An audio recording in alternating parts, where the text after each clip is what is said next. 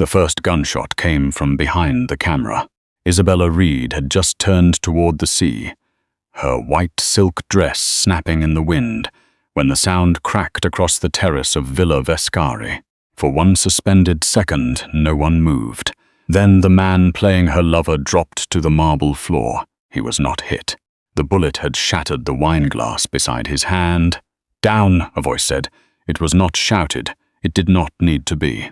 Alessandro Vescari stepped from the shadow of the colonnade in a charcoal suit, calm while everyone else panicked. Men in black sealed the terrace and scanned the rooftops beyond the olive groves. Alessandro crossed the open space toward Isabella, as if bullets were an inconvenience other people suffered. His hand closed around her waist and pulled her behind a marble column just as a second shot struck the camera where her face had been framed. Isabella's breath caught. Alessandro looked down at her. His expression did not change, but something colder appeared in his eyes. "That one was for you." He removed his jacket and wrapped it around her shoulders. The gesture was almost gentle. The order that followed was not. "Lock the gates, no one leaves." Isabella caught his sleeve. "You don't get to imprison an entire film crew. You are alive, because I do not wait for permission." The words frightened her. What disturbed her more was the certainty that he had expected this. 3 hours later, the villa had become a fortress. Black SUVs blocked the Cyprus Road. Guards stood beneath Renaissance paintings. The production team was confined to the East Wing while police statements were handled by lawyers no one had seen arrive. Isabella sat in the costume room, still wearing Alessandro's jacket over the antique white dress selected for the film's most important scene. The movie was called The Vow of Ashes. She played Elena Belandi, an American woman brought to Sicily to marry the heir of a ruthless dynasty. Elena would seduce him, betray him, and escape with a hidden inheritance before he discovered her true identity. It was the kind of role that could change Isabella's career.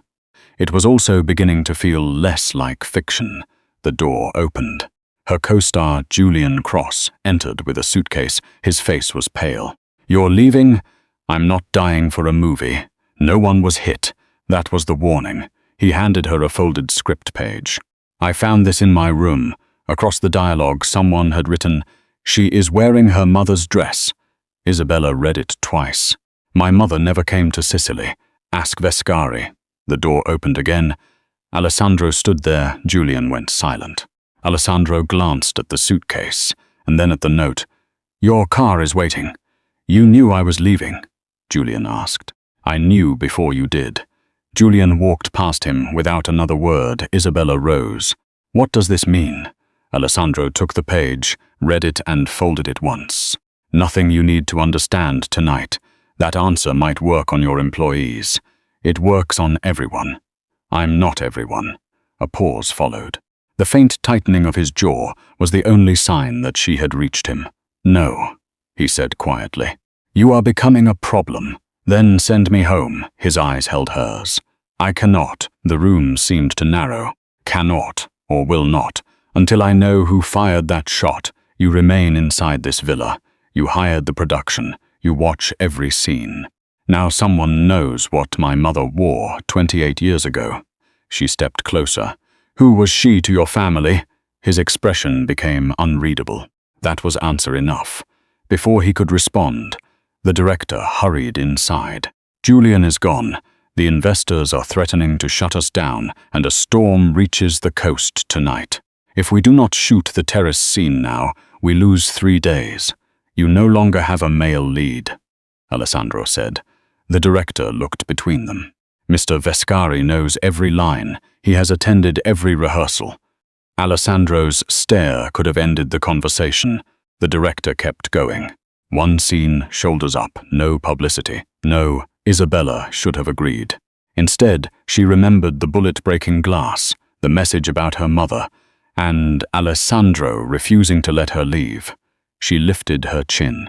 "What are you afraid of?" Silence fell. Alessandro turned toward her slowly. "I am not afraid of cameras." "Then prove it." 20 minutes later, They stood beneath the terrace arch, while storm clouds gathered over the Mediterranean. The scene required Elena to confront the crime heir who had trapped her at his estate. It ended with a kiss meant to reveal whether she was deceiving him. Alessandro wore no costume. He did not need one.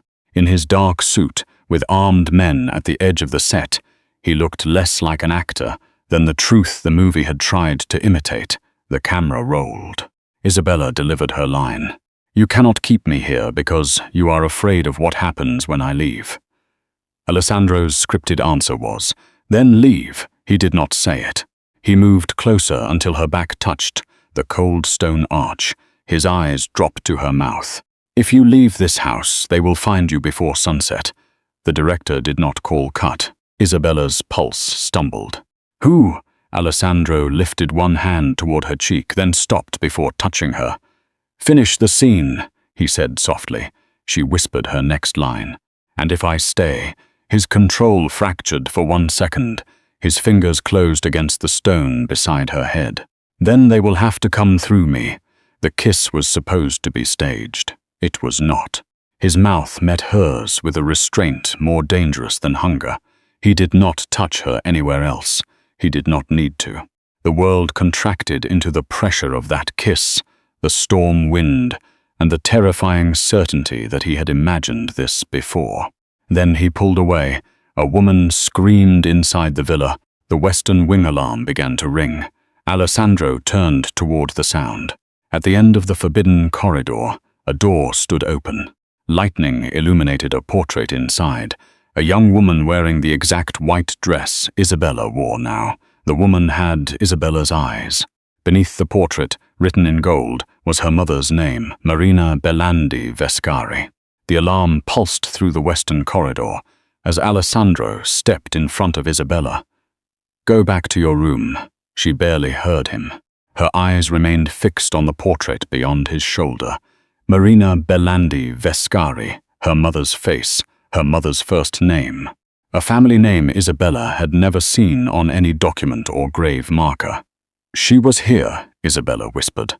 Alessandro reached for the door, but she caught his wrist. His guard stopped several feet away. None of them looked directly at her. That frightened her more than the weapons at their sides. "Do not close it." His gaze dropped to her hand. "Someone fired at you less than an hour ago, and my dead mother is hanging on that wall." Lightning whitened the corridor.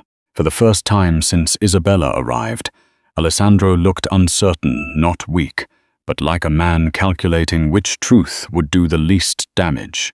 She released him and stepped forward. He caught her by the waist before she crossed the threshold. The contact was controlled and far too intimate after the kiss. Isabella. It was the first time he had said her name as if it belonged only to him. "Let me go." His fingers tightened once, then opened. The room had been preserved like a sealed memory. White linen covered the furniture. Dust softened the gold frames. Along one wall stood costumes beneath glass, velvet gowns, silk coats, and the same white dress Isabella wore now. The torn thread at the cuff, the missing pearl at the waist, even the faint stain beneath the hem were identical. The dress on her body had belonged to her mother. She turned. "You put me in her clothes. I did not approve the costume selection, but you knew." Yes, the word struck harder than denial. Marina looked no older than 25 in the portrait. She stood beside a stone balcony, smiling at someone outside the frame. Around her neck was a crescent-shaped emerald Isabella had once seen in an old photograph hidden inside her mother's jewelry box. Her mother had said it came from a costume shop in New York. Another lie. "Why is her name Vescari?" Alessandro dismissed his guards with a glance and entered the room. "Your mother lived at this villa for almost a year. With your father, his silence confirmed it. Were they married? No. Engaged? Yes. The storm struck the windows. Isabella remembered her mother working double shifts in costume departments, saving coins in glass jars, and refusing to speak about Sicily. She told me she had never left America. She had reasons to lie. Do not defend her. I am not defending anyone. That must be convenient for you." Isabella opened a cabinet beneath the portrait. Inside were letters tied with black ribbon. Alessandro moved immediately. "Do not touch those." She took the first envelope before he reached her. The handwriting belonged to her mother, to Lorenzo after the sea goes quiet. "Lorenzo was your father?" "Yes." She opened the letter. "My dearest Lorenzo, if your family learns what I carry, they will never let me leave." Her fingers went cold. Alessandro stepped closer, but she raised the page between them. "Did your father know she was pregnant?" "I do not know." "You expect me to believe that?" "I expect nothing from you," she continued reading. "You promised the child would never belong to an empire built on fear, but promises change when men inherit power. If I disappear, find the chapel beneath San Corrado. The truth will be waiting where vows are buried." The letter ended there. A metallic click sounded behind the wall. Alessandro reached Isabella first.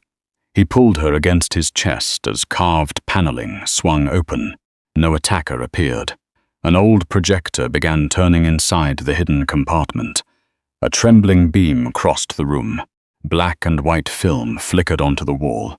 Marina stood on the terrace, laughing into the wind. Beside her was a younger Lorenzo Vescari. He placed the crescent emerald around her neck and kissed her forehead. The image jumped. Marina was now inside a candlelit chapel in a simple ivory dress. Lorenzo held her hands while an elderly priest stood before them. Isabella looked at Alessandro. "You said they were not married." "Not publicly on the wall." Lorenzo slipped a ring onto Marina's finger. The film changed again. Marina appeared alone in the Western Room, visibly pregnant. She faced the camera, fear in her eyes. "If anything happens to me," she said without sound, "my daughter must never come back here." The film snapped. Darkness returned. Alessandro's arm was still around Isabella. She moved away. "You brought me to the one place she begged me never to return to. I brought you here because others had already found you. Who? People who believe you own something they need, an inheritance." He did not deny it. Isabella laughed once. The movie, the role, the dress, none of it was chance. No, she struck him across the face. The sound cracked through the room. Alessandro did not move. A red mark appeared along his cheek, but his expression remained controlled. "You let me perform my mother's life in front of cameras. I needed to know who would react when you came home. This is not my home." His eyes darkened. "That remains to be decided. Open the gates." "No, I will walk out. You will not reach the road." "Is that a threat?" "It is why 12 men are guarding this wing." She hated that part of her believed him. A gust pushed rain beneath the window. A linen sheet lifted from a desk, revealing a red leather folder. Inside were photographs, not of Marina, of Isabella. Leaving acting class at 19, auditioning for her first television role, sitting outside a hospital after her mother died, crying in a taxi after her engagement ended, dozens became hundreds. Years of her life, captured from across streets, hotel lobbies, studio gates, and airports. Some images carried notes: possible threat removed, driver verified, apartment secured, do not approach unless authorized by a VV. Isabella looked up slowly. Alessandro stood across the room, unreadable. "You have been watching me." The projector clicked one final time. A recent photograph slid from the machine and landed at her feet. It had been taken that morning through her bedroom window. Across the bottom, someone had written, "He cannot protect her from his own family." Isabella stared at the photograph until the words blurred. "He cannot protect her from his own family." It had been taken less than 6 hours earlier through her bedroom window. Alessandro lifted it with 2 fingers. His expression barely changed, but every guard in the room went rigid. "Find the camera position," he ordered. "Search the estate. No one leaves." Isabella stepped in front of him. "You already knew someone was watching me. I knew people had been watching you in America. And those photographs, they were mine." The admission came without apology. For how long? 8 years, her breath caught. "You had men follow me for 8 years? I had threats followed. That is not the same thing. It kept you alive. To you, that makes everything acceptable. His gaze shifted toward Marina's portrait. Your mother contacted my father shortly before she died. She believed someone had discovered your identity. She died from an aneurysm. That is what the report said. Cold moved through Isabella. During Marina's final weeks, she had changed apartments twice, locked every door, and ended phone calls whenever Isabella entered the room. You think she was killed? I think she was afraid for a reason. Then tell me the reason. Alessandro moved closer but did not touch her. The Belandi estate controls the western harbor, 3 private marinas, vineyards, and the land beneath this villa. When your grandmother died, it should have passed to Marina. When Marina disappeared, the Vescari family claimed it through my father, and now it belongs to Marina's lawful child.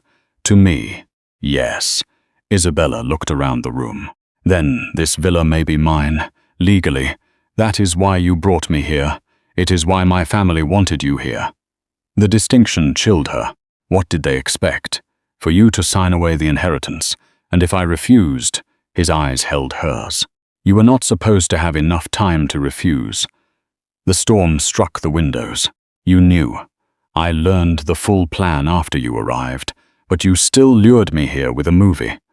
I brought you somewhere I could control the danger. You mean control me? If controlling you were my objective, this conversation would be shorter. She hated the certainty in his voice. She hated more that he had saved her life twice in one day. A guard entered. The camera was in the bell tower. Motorcycle tracks lead toward the south road. The Orsinis, Alessandro said. Isabella knew the name. The rival family controlled much of southern Italy. What do they want with my property? The harbor. Whoever controls it decides what enters Sicily unseen. I will sell it. To whom? Anion, who is not a Vescari. Anger flashed in his eyes. Before he answered, the director rushed inside, holding a tablet. American actress in secret affair with Sicilian crime heir, below the headline, was a photograph of Alessandro kissing Isabella beneath the terrace arch. The article claimed she had obtained the role through him and called Marina a former Vescari mistress. Her phone filled with messages. Her agent sent only one. Tell me this is fake. They are discrediting me before I can claim anything, Isabella said. Yes, then deny it. I cannot. Why? Because if the world believes you are under my protection, the Orsinis cannot approach you openly. I was exposed the moment you kissed me. His gaze dropped briefly to her mouth. That was not planned. The memory of his restraint passed between them. What are you proposing? A public relationship? She laughed once. Absolutely not. You will attend tonight's Belandi Foundation gala with me. You expect me to pretend to be your lover after admitting you brought me here under false pretenses? I expect you to survive long enough to hate me properly. She looked again at the photograph from her window. What would I have to do? Wear your mother's emerald. Stand beside me. Let every family in Sicily understand that touching you means challenging me. And your family, they will understand it first. By midnight, Villa Vescari glowed beneath hundreds of candles. Black cars climbed the rain-dark road. Politicians, actors, bankers, and unlisted men entered beneath the marble portico. Isabella descended the staircase in a deep green gown with Marina's crescent emerald at her throat. Conversation stopped. Alessandro waited below in a black tuxedo. He offered his hand. She placed hers in it. Camera flashes exploded. Smile, he murmured. I would rather slap you again. Later, his hand settled against her lower back, light and unmistakably possessive. Across the ballroom, a blonde woman watched them. Bianca Orsini, Alessandro said as she approached. A woman who mistakes invitations for importance. Bianca smiled. And Isabella Reed. Or should I call you Isabella Belandi? Silence widened around them. Call me whatever helps you remember my name, Isabella replied. Alessandro's thumb moved once against her back. Approval. Bianca glanced at the emerald. Your mother also believed she could take what belonged to powerful men. My mother escaped them. No, she was allowed to run. Alessandro stepped between them. Leave, Bianca's smile thinned. You cannot protect her from a truth written before either of you was born. She is leaving with me. You misunderstand, Bianca said, looking at Isabella. I meant her. Alessandro led Isabella into a private gallery and closed the doors. You knew she would be here. I suspected. She knows what happened to my mother, so do many people who prefer to remain alive. This performance ends now. The cameras are still outside. I do not care. You will when the Orsinists release the next story. What next story? Before he answered, guests rushed toward the terrace. Below the villa, a yacht burned against the black water. Across its white hull, projected in enormous letters, was Isabella's full name. Every phone in the ballroom received the same file. A scanned birth certificate, mother, Marina Belandi, father, Lorenzo Vescari. Isabella looked at Alessandro. My father was yours? No, the answer came too fast. Then why is his name on my birth certificate? Alessandro's face went still. Because someone needed the world to believe you were my sister. The burning yacht painted the harbor orange. Inside the gallery, Isabella could hear guests whispering the word sister as if it were more scandalous than gunshots or armed men sealing every exit. She faced Alessandro. Tell me the truth. Lorenzo Vescari was not your father. Then why is his name there? Because Marina needed a name powerful enough to stop other men from claiming you. That makes no sense. It will when I prove who forged the certificate. You always have one more reason to delay. A security officer entered, carrying a black folder. The gala is compromised. 2 Orsini men were inside the catering staff. Alessandro's attention sharpened. Alive? Yes. Keep them that way. He reached for Isabella's hand. She pulled away. Stop moving me like property. Then walk beside me. They returned to the ballroom beneath a storm of camera flashes. Alessandro placed Isabella at his right side and faced every guest, waiting to see whether he would abandon her. She is not my sister, he said. The room fell silent. Isabella Reed is Marina Belandi's daughter and the lawful heir to the Belandi estate. She is under my protection, a reporter called out. What is your relationship? Alessandro looked only at Isabella. Personal. Across the ballroom, Bianca Orsini smiled as if she had heard something useful. Music resumed. Alessandro guided Isabella onto the dance floor. You enjoy commanding a room, she said. I enjoy knowing where every threat is standing. And Bianca, near the south doors, you noticed. I notice everyone who looks at you too long. That sounds like jealousy. It is surveillance. His hand tightened at her waist as they turned beneath the chandeliers. You want to know why I watched you in America. I want to know why you thought you had the right. 8 years ago, a producer offered you a role financed by an Orsini company. Isabella remembered. The project had collapsed before filming. I ended it, Alessandro said. She missed a step. Why? The contract included a location shoot in Palermo and an insurance clause naming you as beneficiary of a Belandi trust. You destroyed my first major role. I kept them from bringing you here. The casting director who stopped calling, paid by them. The man who followed me after the awards dinner, removed. The investor who entered my hotel room in Toronto, warned. She stared at him. How many people did you threaten because of me? Enough. And you never told me you would have run. I may still. His expression changed. Only slightly. But she saw it the flash of something close to fear. Before she could name it, the ballroom lights went out. A woman screamed. Alessandro pulled Isabella against him as glass shattered above the terrace. Emergency lights turned the room red. Men moved through the crowd. One seized Isabella's arm. She twisted and struck him, but another appeared behind her. Alessandro crossed the space with terrifying speed. The first man fell. The second released Isabella when Alessandro drove him into a marble pillar. Guards surrounded them, but Alessandro did not stop until she caught his sleeve. Alessandro, he turned, his calm was gone. He held her face between both hands, searching for injury. Did he hurt you? No, your throat? I'm fine, your wrist? It's fine. His breathing was uneven. Around them, cameras and guests watched the most feared man in Sicily unravel. Over one woman, he pulled her against his chest. Not for the cameras, not as strategy. His arm locked around her as if the room no longer mattered. You do not leave my sight again, he said against her hair. That is not your decision. It is now.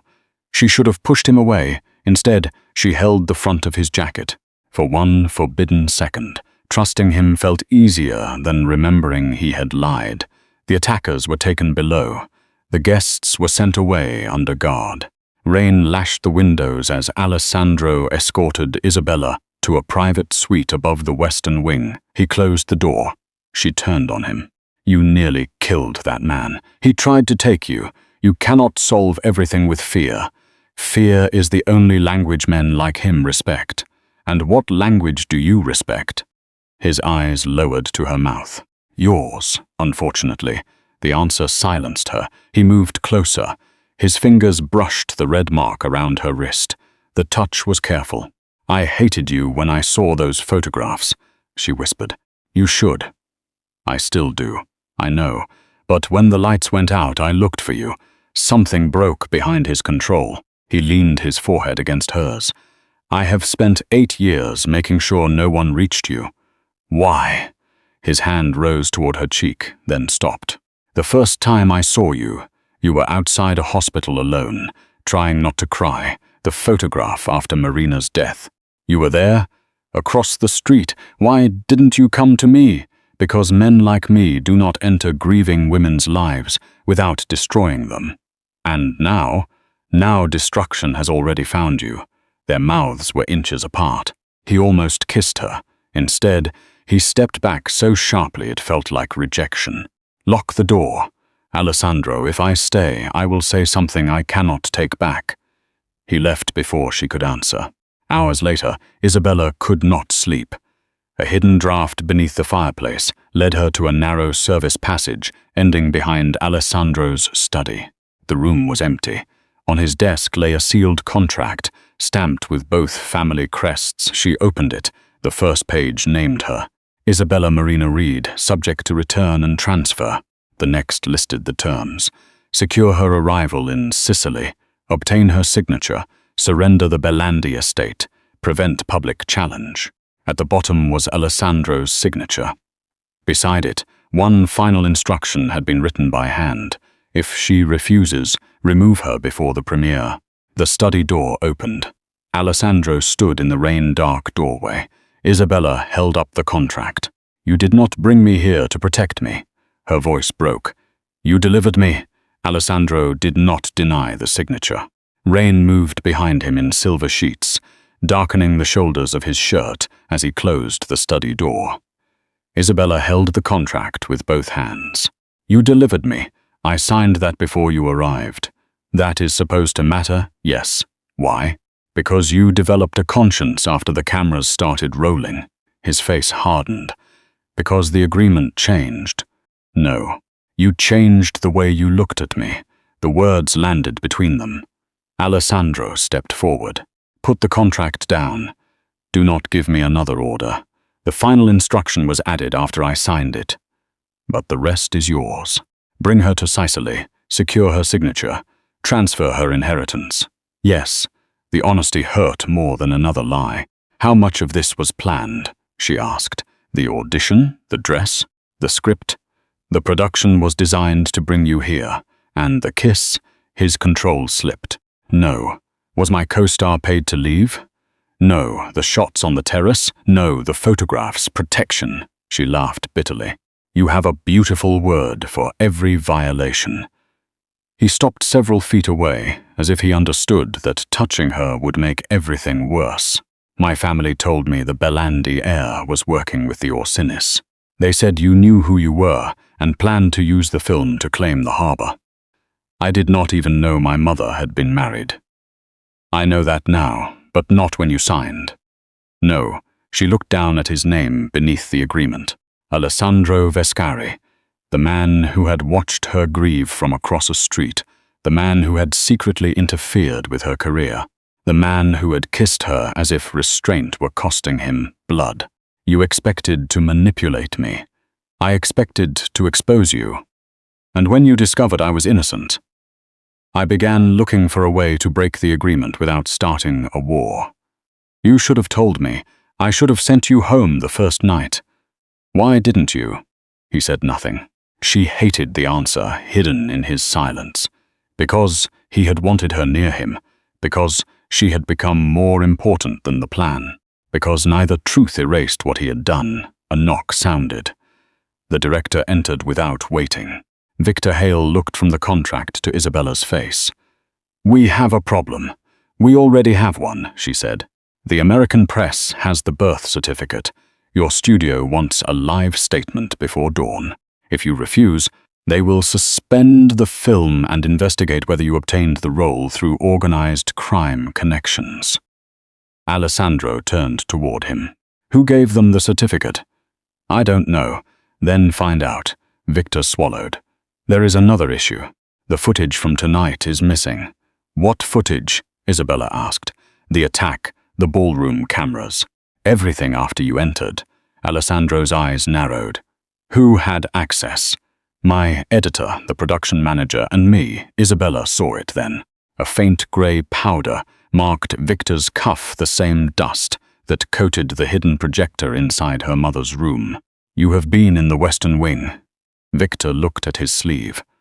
Alessandro moved before he could answer. He seized Victor by the collar and drove him against the bookcase. "Who sent you?" Victor's face drained of color. "I was hired to make a film."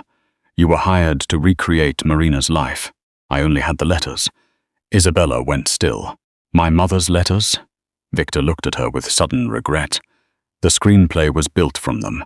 Every intimate scene, every betrayal, every line Alessandro had reacted to as if it belonged to him. The story was not inspired by her mother. It had stolen her. "Who gave them to you?" Isabella asked. Victor remained silent. Alessandro tightened his grip. "Bianca Orsini," Victor gasped. "She financed the production through shell companies. She said the movie would draw out the heir." "And the gunshots?" Alessandro asked. "I knew nothing about them." "The message in Julian's room." Victor's eyes flicked toward Isabella. She understood before he spoke. "You wrote it. I needed you to search the Western Wing, so every discovery was staged. Not the photographs, not the film reel. Bianca said there was proof inside the villa, but she could not reach it." Alessandro pulled him away from the shelves. "Where is Bianca now?" Victor's expression changed. A smile appeared. "Closer than you think." The lights died. A blast shook the lower floor. The windows rattled.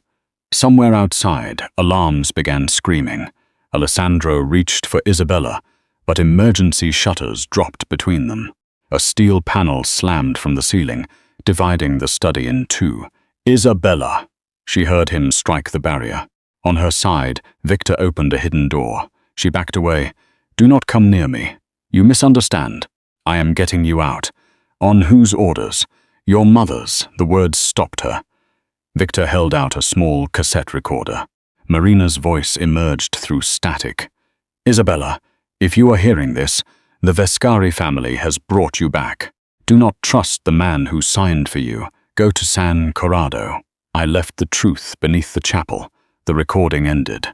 Alessandro pounded against the steel. "Do not listen to him." Isabella looked at the contract in her hand, then at the barrier separating them. Victor led her through the passage. They reached the service courtyard, where a car waited beneath the rain. Isabella hesitated only once. Alessandro's voice echoed from somewhere inside the villa. "Isabella!" She entered the car. The gates opened during the confusion. They raced down the coastal road, while lightning broke over the sea. After several miles, Isabella noticed the driver was not part of the film crew. A black ring marked his right hand. The Orsini crest. She turned toward Victor. He would not meet her eyes. "You were never taking me somewhere safe." "No," he said quietly, "but I am taking you where the story ends." 2 black SUVs appeared behind them. For one hopeful second, Isabella thought Alessandro had found her. Then the first SUV rammed the car. Victor shouted at the driver. The vehicle spun across the wet road and stopped inches from the cliff. Men surrounded them. The rear door opened. Bianca Orsini stood in the storm wearing a black coat. "Welcome home, Isabella." Isabella looked past her. High above the coastline, carved into the cliffs, stood the abandoned monastery of San Corrado. Its chapel bell began to ring. Bianca smiled. "Your mother waited 28 years for you to hear the rest." The chapel bell rang above the storm like a warning from the dead. Bianca Orsini led Isabella through the monastery courtyard while armed men formed a circle around them. Rain poured from the broken stone saints. Beyond the cliffs, the sea struck the rocks with enough force to shake the ground. Victor followed several steps behind. He had betrayed her, but shame had replaced the confidence on his face. Inside the chapel, hundreds of candles burned beneath a ruined ceiling. A table stood before the altar. On it lay a transfer contract, a fountain pen, and the crescent emerald Isabella had worn at the gala. Bianca removed her gloves. "Your mother stood in this exact place 28 years ago, and refused you. She refused everyone. That was her mistake. My mother escaped, for a time." Isabella looked toward the dark arches. "What do you want? The Belandi harbor. You could have bought it. Land like that is not purchased. It is inherited, married, or taken." Bianca pushed the contract forward. "You will sign the estate to the Orsini Foundation. Then you will record a statement claiming Alessandro manipulated you into coming to Sicily. And after that? You return to America. You expect me to believe you? No. I expect you to understand that belief is irrelevant." 2 men brought in a camera. The red recording light came on. Bianca smiled. The final scene. Isabella sat but did not take the pen. "Why make the movie? Because your mother hid the proof of ownership somewhere inside the Vescari estate. We needed you to activate whatever she left behind. The projector, the letters, the chapel coordinates, the hidden passage. Marina created a trail only her daughter would follow. You used her life as entertainment. We used your ambition as transportation." The words hurt because they were partly true. Isabella had crossed an ocean for applause. She had mistaken manipulation for opportunity and attraction for freedom. Still, she lifted her chin. "I will not sign." Bianca nodded toward the window. Far below, headlights moved along the coastal road. Black SUVs. For one breath, hope rose. Then explosions of light illuminated the cliffs as vehicles collided near the monastery gate. Bianca's men rushed toward the courtyard. "He came," Victor whispered. Bianca's expression hardened. "Of course he came." Gunfire echoed outside. Isabella stood. Bianca seized her arm and pressed the pen into her hand. "Alessandro just destroyed the peace between our families for you. Every man lost tonight will be attached to your name. That is what you wanted. I wanted him to prove he had become weak."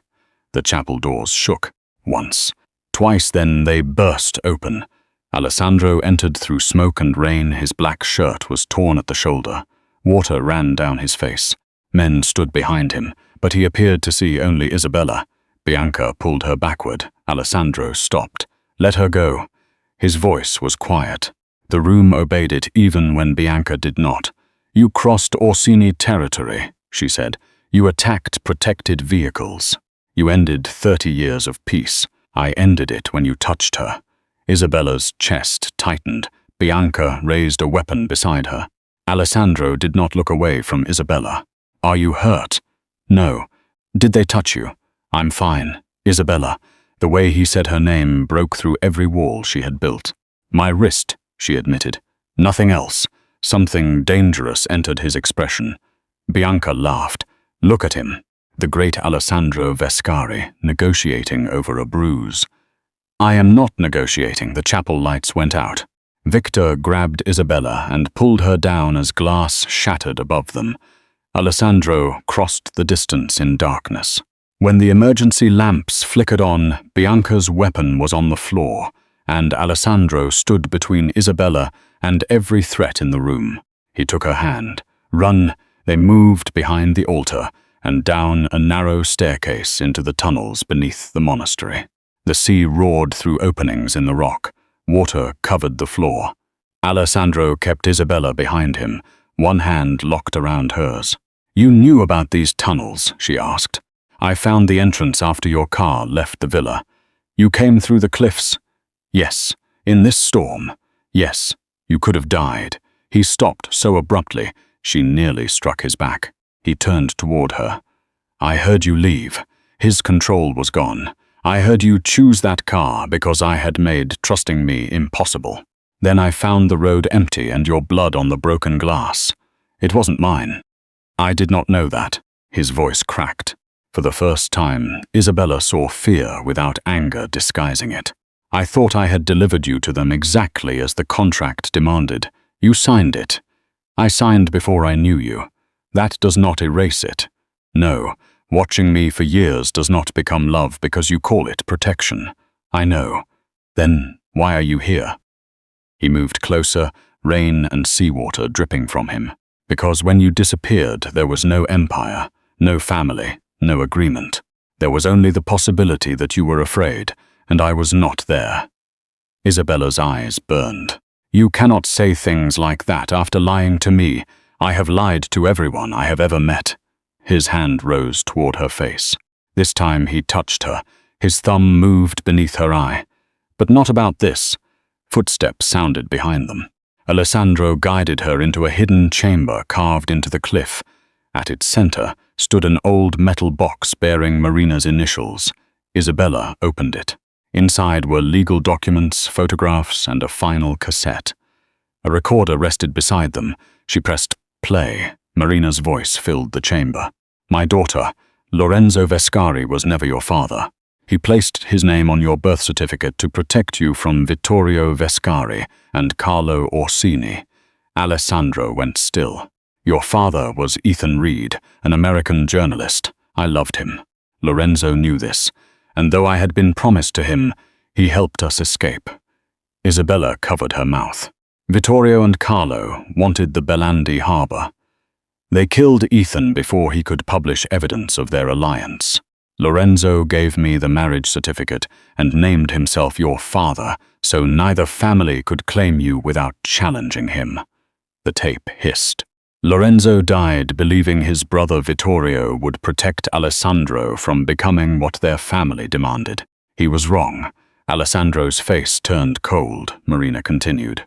"Vittorio forged the inheritance agreement. He has controlled both families from the shadows for 30 years. If you return to Sicily, trust no contract bearing Alessandro's signature. Vittorio taught him obedience before he taught him truth." The recording ended. Footsteps approached from the tunnel. Slow, unhurried. A man appeared beneath the stone arch, silver-haired, elegant, and surrounded by armed guards. Alessandro stepped in front of Isabella. The man smiled. "Your father always was sentimental." Isabella recognized him from the portraits inside Villa Vescari. "Vittorio Vescari."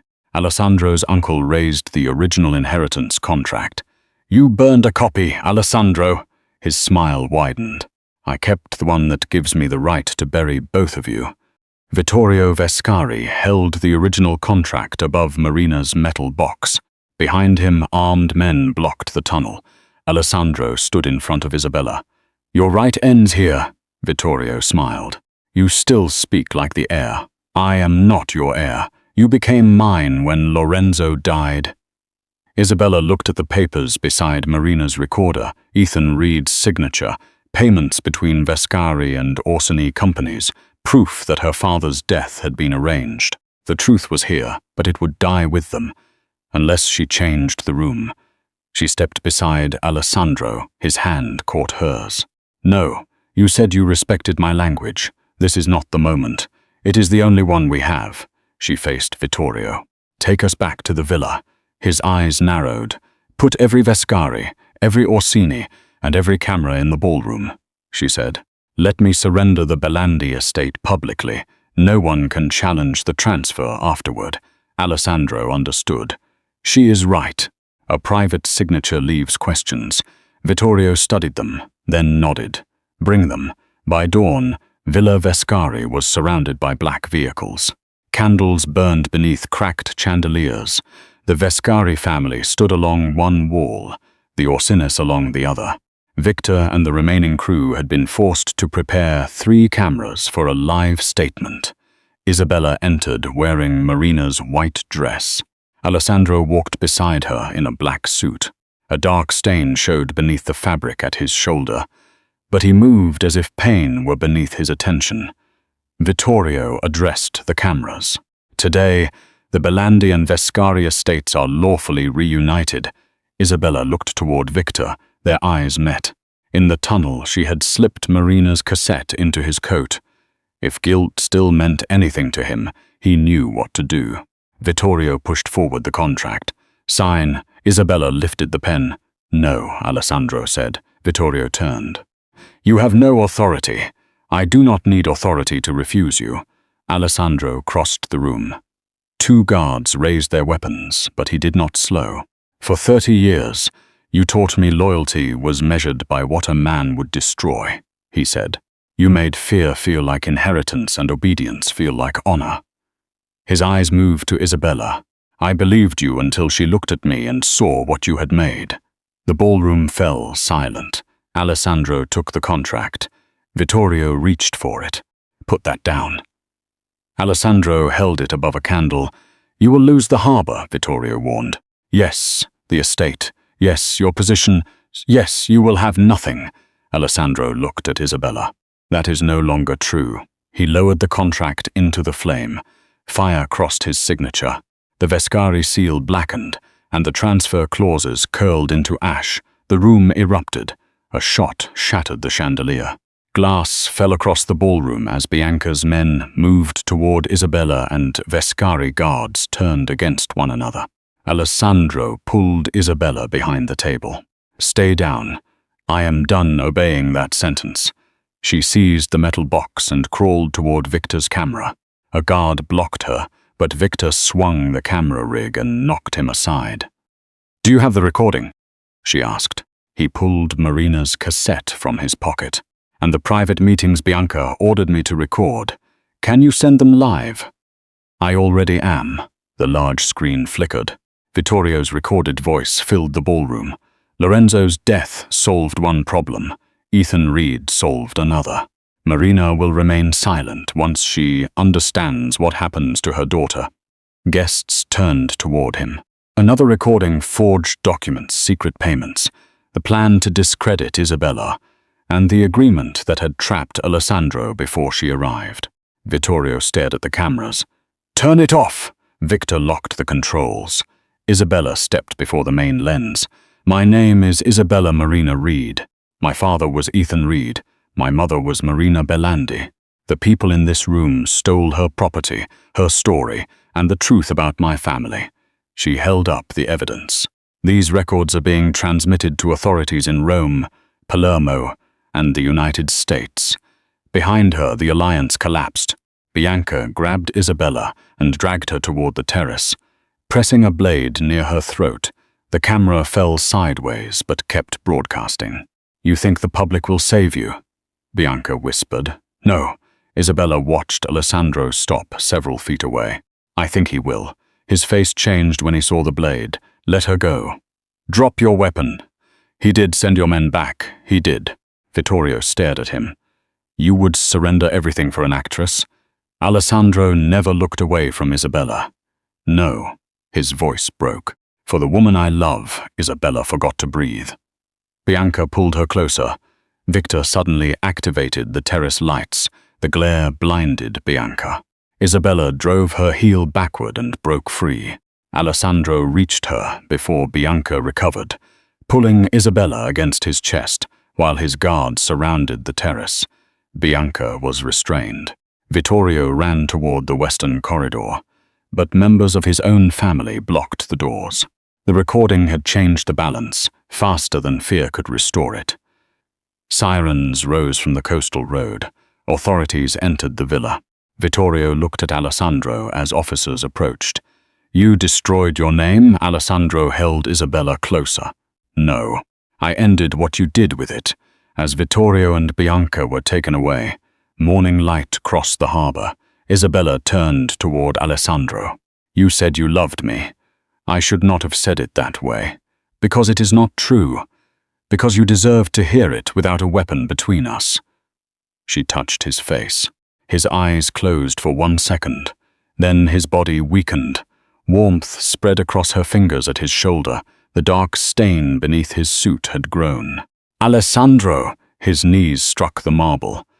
She caught him as the former heir of the Vescari Empire collapsed in her arms before every camera in Sicily. The contract is gone, he whispered. I do not care about the contract. The harbor is yours. I do not care about the harbor. A faint smile touched his mouth. You will. His eyes closed. For the first time since meeting him, Isabella screamed his name without fear. Alessandro survived the first night. The bullet had entered below his shoulder and passed dangerously close to an artery. By the time surgeons removed it at a private hospital in Palermo, the sky above Sicily had turned pale gold. Isabella sat beside his bed in Marina's white dress, now marked by rain, dust, and his blood. Lawyers, investigators, and frightened relatives filled the corridor outside, but none of them entered without her permission. For 30 years, the Vescari name had controlled rooms through fear. That morning, the doors remained closed because Isabella Reed said so. Alessandro woke shortly after sunrise. His eyes opened slowly, searching the room until they found her. You stayed. His voice was rough. She tightened her hand around his. You sound surprised. I have given you many reasons to leave. Yes, and yet you are here. For the moment. A faint shadow of amusement crossed his face. Cruel. You will survive. The surgeon said the same thing. I threatened him. That earned the first real smile she had ever seen from him. It changed his entire face. Without the cold authority, the tailored suit, or men waiting for orders, he looked younger, tired, human. Isabella touched the bandage beneath his hospital gown. You should have told me you were hurt. You would have stopped the broadcast. Yes, that is why I did not tell you. Her eyes burned. Do not ever decide for me what I can survive. His expression grew serious. I will try. That is not a promise. I have spent my life making promises I never intended to keep. His fingers moved weakly around hers. I will not do that with you. The room became quiet. You said you loved me, she whispered. I remember. You said it while Bianca had a weapon against my throat. Bad timing. Terrible. I can wait until the circumstances improve. She leaned closer. No more performances, Alessandro. His gaze held hers. I loved you before I understood what it was. I called it suspicion when I memorized your schedule. I called it protection when I could not bear anyone near you. I called it strategy when I brought you to Sicily.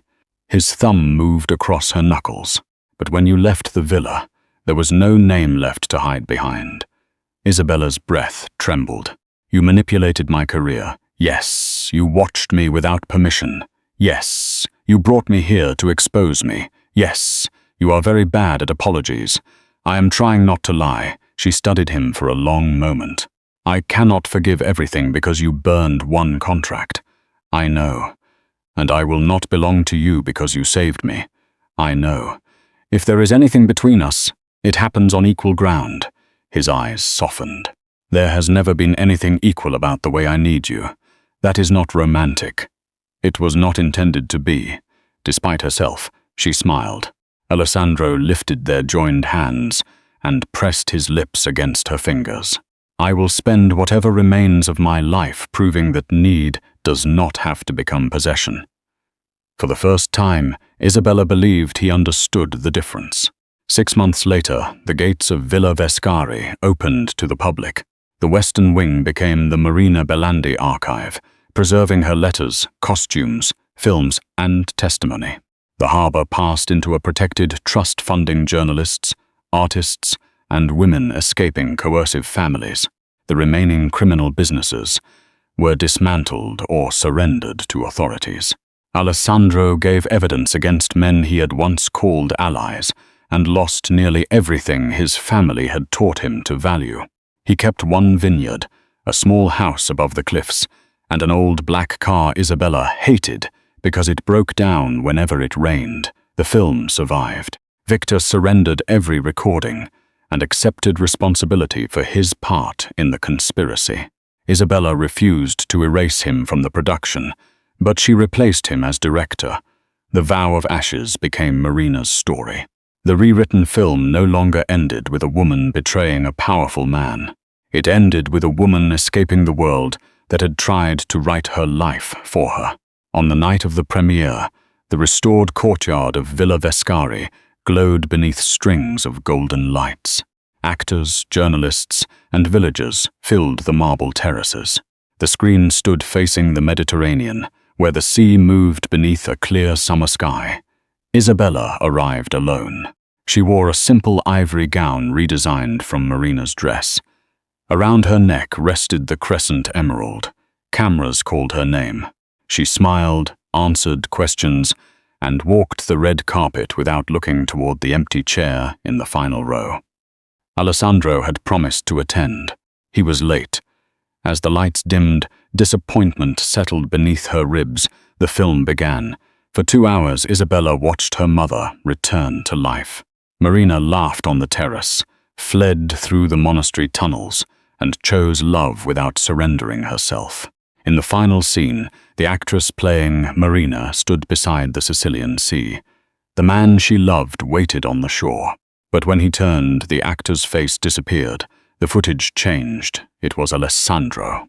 He stood on the real coastline below the villa, wearing a black suit without a tie. Wind moved through his dark hair. Behind him, hundreds of candles traced a path toward the water. The audience murmured. Isabella rose. On screen, Alessandro looked directly into the camera. I was taught that love was proven by what a man could possess. His voice carried across the courtyard. She taught me it is proven by what he is willing to release. The screen went black. A spotlight illuminated the path beside the terrace. Alessandro stood at the bottom, not on film. Waiting for her, the audience turned. But he saw only Isabella. She descended the candlelit steps. "You changed my ending," she said when she reached him.